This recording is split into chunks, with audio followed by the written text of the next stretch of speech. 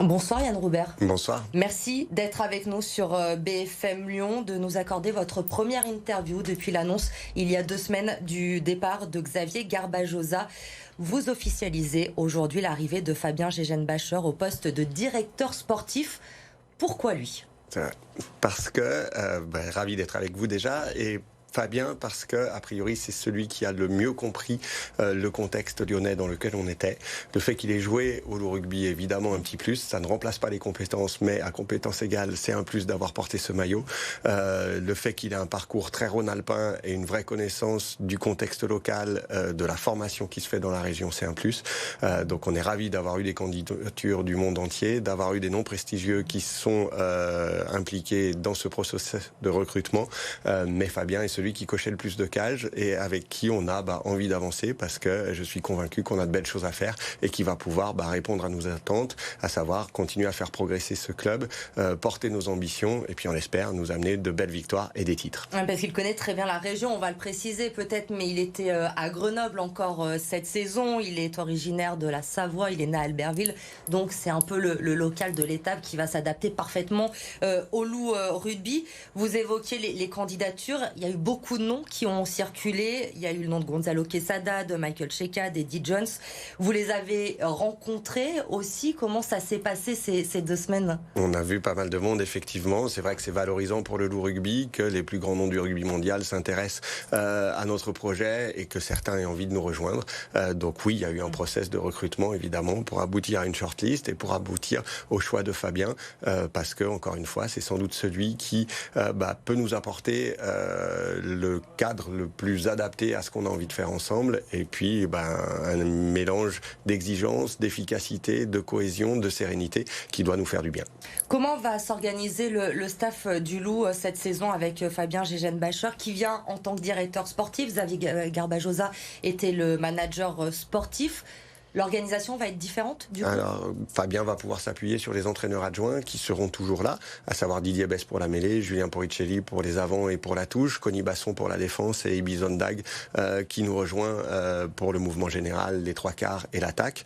Donc il aura un staff compétent, technique, dont il aura la charge qu'il devra animer avec l'ensemble du groupe de joueurs. Et puis tout le reste du staff, c'est aussi des préparateurs physiques, des analystes vidéo, un intendant, un team manager, des médecins, des kinés, et bref, tout un team qui doit être tourné vers la performance et dont Fabien aura la direction pour pouvoir porter nos ambitions et faire que nos joueurs soient dans les meilleures conditions pour performer et pour gagner. Ce sera un rôle un peu différent de celui de Xavier Garbajosa ? Ça sera un rôle de direction sportive, oui, exactement, où il aura la charge d'animer à la fois l'équipe professionnelle, bien sûr, mais tout de faire ça en relation avec les équipes de jeunes.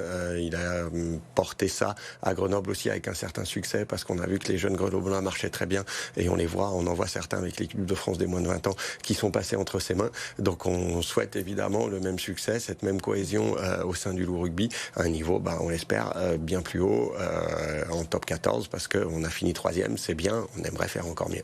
Avec cette volonté de s'inscrire dans le temps, un projet à longue durée, ce qui n'a pas été le cas avec Xavier Garbajosa finalement, qui ne sera resté qu'une saison. On le sait, on va revenir sur cet épisode évidemment. On a envie de vous attendre sur le sujet ce soir, Yann Roubert.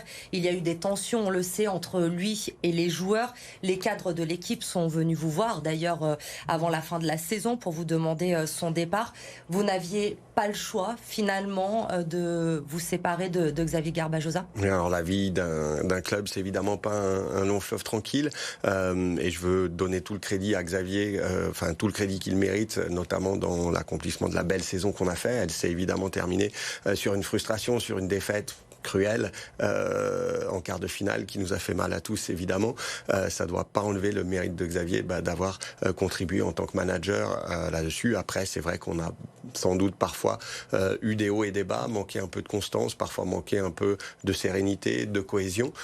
Donc espérons que Fabien va savoir nous amener tout ça, parce que c'est vrai qu'il y a parfois eu des moments difficiles, et justement on a la conviction qu'avec un peu de sérénité en plus, de cohésion, en gardant tout ce qui fait notre surtout, on a fini la meilleure attaque du top 14. On est l'équipe qui a marqué le plus d'essais.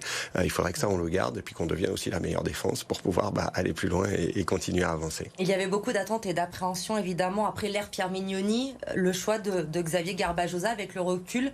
Est-ce que c'était une erreur de casting pour le Loup? Non, je pense pas. Il y a un rôle qui est un peu ingrat et encore une fois, je pense que Xavier nous a apporté beaucoup, a eu raison sur beaucoup de choses sur le fond. Après, dans le métier de management, la forme est parfois largement aussi importante que le fond. Et c'est vrai que la cohésion est pas seulement un outil de confort pour les joueurs, mais doit être un outil de performance. Donc, merci à Xavier pour sa contribution.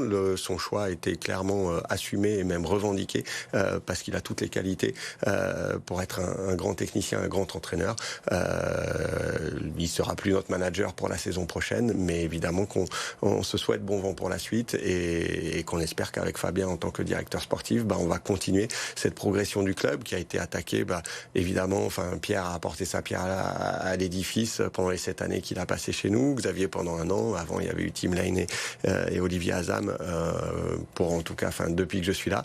L'idée, c'est que la pente reste ascendante et puis qu'on puisse aller chercher d'autres titres. On en a eu depuis ces dernières années 3 de Pro D2, c'est 2 de trop, on peut se dire. 1 de Coupe d'Europe avec la Challenge Cup l'année dernière. Là, cette année, on a retrouvé les phases finales, c'est bien, mais il faut que ce premier titre au plus haut niveau qu'est la Challenge Cup de 2022, ce soit pas un aboutissement en soi, mais bien le début d'une ère où le Loup rugby gagne le plus souvent et le plus régulièrement possible. Comment vous réagissez quand vous lisez dans la presse que certains de vos joueurs, là je vais le citer, c'est Lima Sopoaga, considère après le départ de Xavier Garbajosa que la décision a été prise trop tard, qu'il fallait s'en séparer avant? Alors chacun peut être responsable de ses paroles et avoir son avis là-dessus.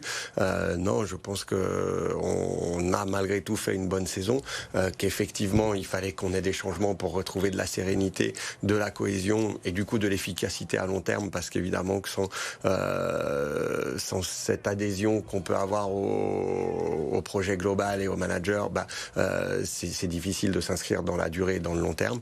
Avec ça, les joueurs ont montré la saison dernière que avec ce management, ils pouvaient faire de belles choses, parce que si on a eu des moments difficiles, faut pas oublier aussi que la saison dernière, on l'a fini 3e, on a battu 2 fois le champion d'Europe, La Rochelle, chez nous et chez eux, on a battu le champion de France chez nous, Toulouse, on aurait même pu gagner chez eux. Donc évidemment qu'on a eu des bas, mais on a eu aussi des beaux, on a partagé des émotions qui étaient assez extraordinaires. On a égalé le meilleur classement de notre histoire en top 14, même si malheureusement ça s'est arrêté en quart de finale, et puis on a battu notre record d'affluence au Matmut Stadium de Gerland, et ça c'est important. Et évidemment que ces records, ils sont faits pour être battus et qu'on espère faire mieux dès la saison prochaine. Et vous avez évoqué tout à l'heure, je reprends vos mots, cette défaite cruelle à la maison, en barrage, face à l'Union Bordeaux-Bègles. On va pas refaire le match, évidemment, mais avec le recul maintenant, il y a encore énormément de frustration, de regrets de la part du président. Bien sûr, ce serait malhonnête de dire que c'est digéré. Vous aviez votre place en demi-finale cette année? Je pense qu'on méritait sans doute d'être en demi-finale. Faut enlever aucun mérite à Bordeaux qui est venu nous battre. Après, on se souvient des conditions, pas d'arbitrage vidéo, des décisions difficiles à prendre. Ça a été très dur à digérer. Après, évidemment que ça donne envie de revenir pour faire mieux encore. On se dit que à l'avenir, il faut qu'on fasse encore mieux pour évacuer cette frustration. Donc bien sûr qu'il y aura des regrets sur ce quart de finale. Après, il y a une vraie logique à ce que La Rochelle et Toulouse, qui ont dominé la saison, se soient retrouvés en finale. Donc on ne sait pas ce qu'on aura fait. Maintenant, 2022-23 est derrière, place à 23-24, où là on a envie de faire de belles choses, de reconnaître ses hauts en évitant les bas qu'on a pu avoir. Justement, 23-24, ça va arriver très vite, une saison particulière en plus avec la Coupe du Monde. Il va y avoir 3 matchs au mois d'août, après il va y avoir la pause Coupe du Monde. Vous avez déjà fixé, je suis sûre, des objectifs à Fabien Jagenbacher pour cette saison prochaine? Bien sûr, quand on a goûté aux phases finales, on a évidemment envie d'y revenir. On aura un groupe assez étoffé aussi, donc l'envie de jouer sur les 2 tableaux avec cette Champions Cup pour laquelle on est à nouveau qualifié. Donc bien sûr qu'on aimerait connaître les phases finales de Champions Cup. Et puis évidemment, comme tous les autres, quand on est sur une compétition, c'est évidemment pour la gagner. Donc on va y aller avec beaucoup d'humilité, parce que on sait qu'il y a 2 épouvantails qui ont dominé la saison et c'est normal, mais avec beaucoup d'enthousiasme et d'appétit, puis les convictions qu'on peut faire de grandes choses. On l'a montré par intermittence la saison dernière. Là, on a un groupe qui va être renforcé. On a 8 recrues qui vont arriver, qui chacune vont amener leur pierre à l'édifice. Et puis on a surtout une quarantaine de joueurs qui sont là, qui vont être encore là et qui vont vouloir prouver qu'ils peuvent faire encore mieux que cette 3e place et que ce quart de finale. Donc on a hâte d'y être. Et avec de la régularité, on ne doute pas que le Loup sera en barrage l'année prochaine et peut-être même encore plus haut. C'est tout ce qu'on vous souhaite. On aura le temps d'en reparler. Yann Roubert, encore merci d'être venu ce soir sur BFM Lyon pour nous accorder votre première interview depuis le départ de Xavier Garbajosa. Et donc on rappelle Fabien Gégène-Bacher qui est le nouveau directeur sportif du Loup.